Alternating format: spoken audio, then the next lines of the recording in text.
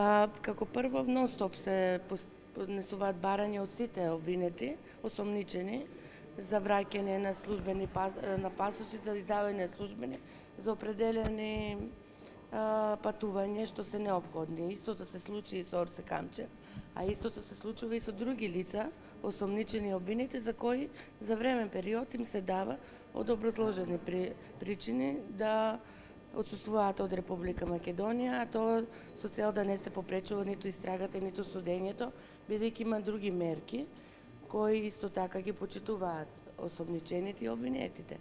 Истото се случи и со Орце Камчев.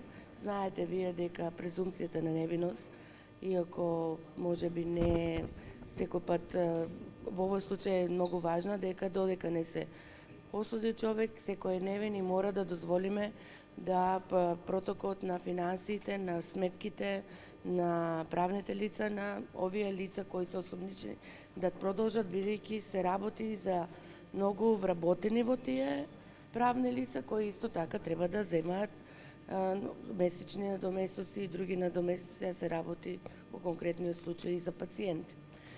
Така да не би сакал да бидам адвокат на господинот Орце Камчев во смисла на тоа да го бранам. Сметавме дека е потребно да се даде пасош, бидејќи истрагата во целост во делот на прибирањето на финансиската документација е прибрана и се анализира во овој момент. Соработуваат и адвокатите и другите странки, другите обвинети во предметот. Значи тука не се работи само за осомничен Орце Камчев, тука се и други лица. И многу важно, поентата која е на специјалното јавно обвинителство, дека треба да истражиме дали има коруптивни елементи или валкани пари во делот на високите функционери. Затоа тука не е осомничен и самиот Сашо Мијалков, како што знаете.